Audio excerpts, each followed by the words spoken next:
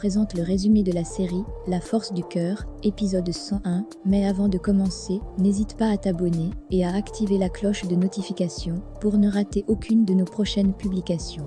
Maintenant que Juan Marcos a démasqué Fernanda, celle-ci ne supporte pas et prend donc le fils de Juan Marcos pour menacer celui-ci et la police. Je dis baissez vos armes. Laisse le gamin, Fernanda. Baissez tous vos armes, je dis. S'il vous plaît, faites ce qu'elle vous dit. Baissez vos armes. Faites ce qu'elle vous dit, s'il vous plaît. Baissez vos armes. Fernanda, je n'arrive pas à croire que ce soit toi. Non. Non, c'est toi. C'est toi que j'aurais dû tuer, Miguel. Oui, c'est toi, espèce de salaud. S'il te plaît, Fernanda, donne-moi mon fils. Relâche-le. J'ai tout fait pour que tu m'aimes. Moi, j'ai été condamnée le jour où je t'ai connue. Non. J'ai été condamnée à t'aimer, à t'aduler, à tout faire pour toi. Fernanda. Je suis reine dingue de toi, oui, folle. Pour toi, j'ai fait et je ferai n'importe quoi. Juan Marcos. Fernanda. Fernanda.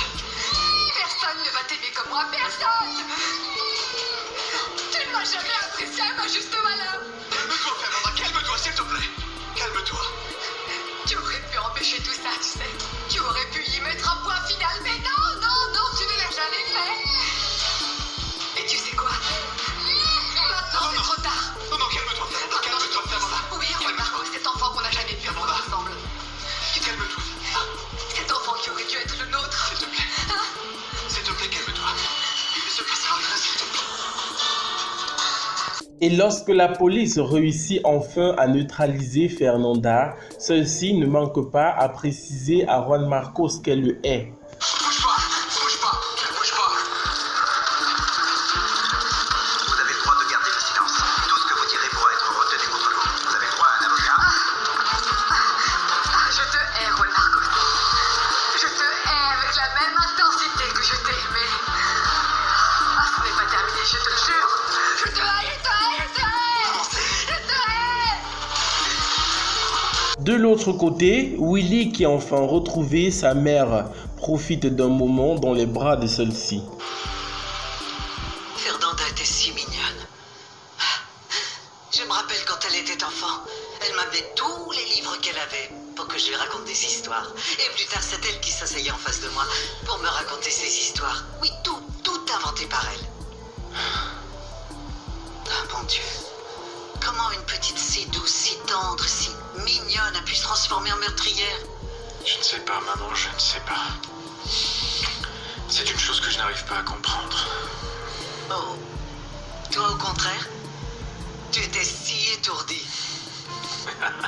Mais une bonne patte, je te jure, une bonne patte.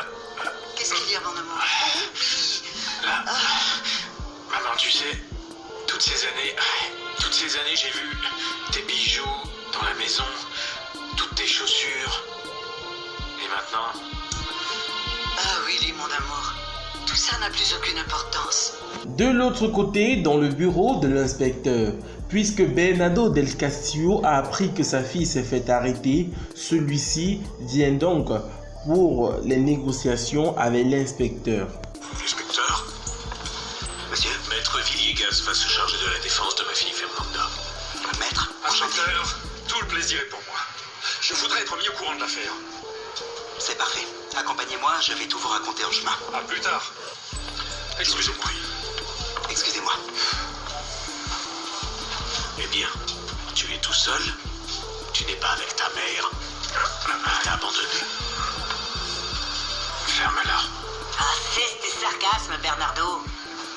Elle t'a convaincu que c'était une sainte, n'est-ce pas? Je vais me taire. Mais tu vas rapidement te rendre compte qui est qui dans cette histoire, Willy.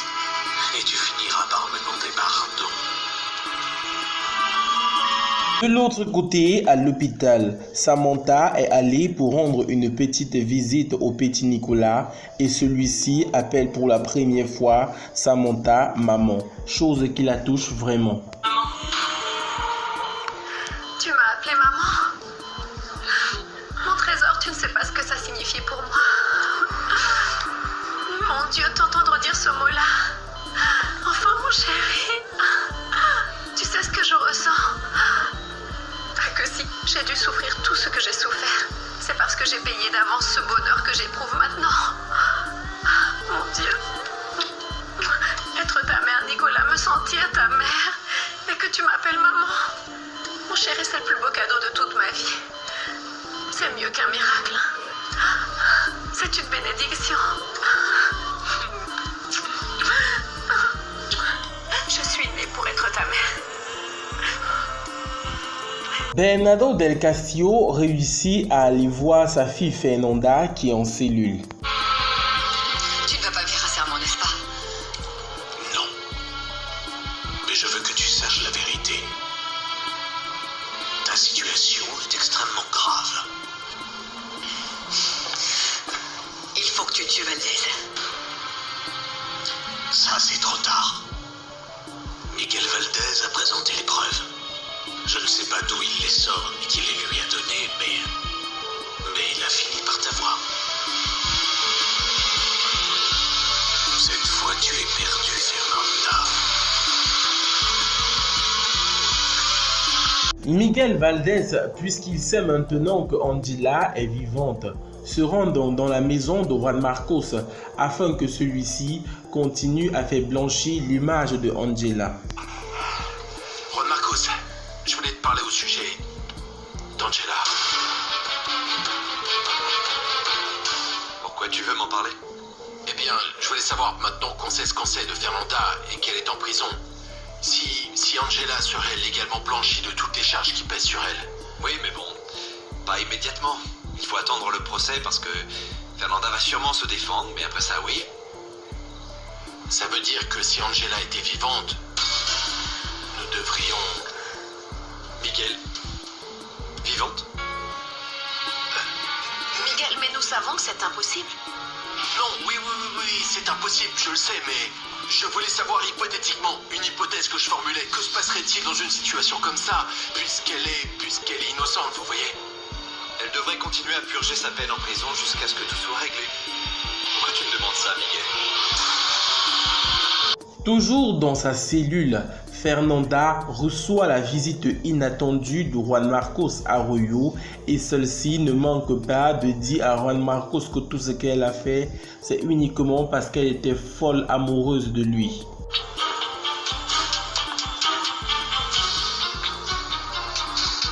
Comment tu as pu en être capable? Autant de mauvaise foi, autant de meurtres, autant de sang.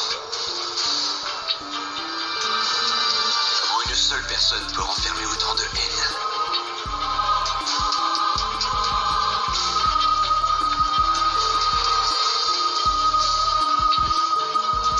Par amour pour toi. Et je ne regrette rien. De l'autre côté, dans la maison de Bernardo Del Castillo est sur le point de faire payer à Vicente le fait qu'il ait trahi sa fille Fernanda. Quand le bateau coule, les rats quittent le navire, n'est-ce pas? Je ne compte pas passer le reste de ma vie dans une cellule, Bernardo.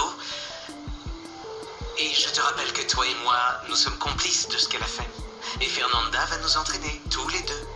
C'est pourquoi tu devrais faire pareil que moi et t'en aller d'ici. Waouh!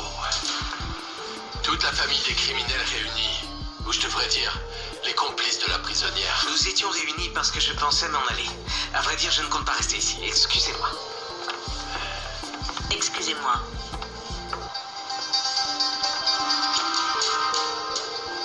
Estella est morte.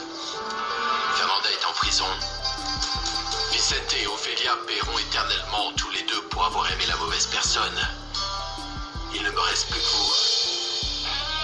Contre moi, tu ne peux rien. Ça, nous le verrons, Del Castillo.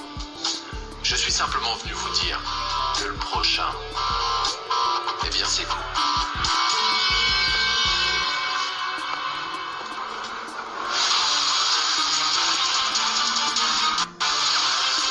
Voilà les amis, c'était donc tout pour cet épisode de La Force du Cœur. N'hésitez surtout pas à vous abonner et à activer la cloche de notification pour ne rater aucune de nos prochaines publications.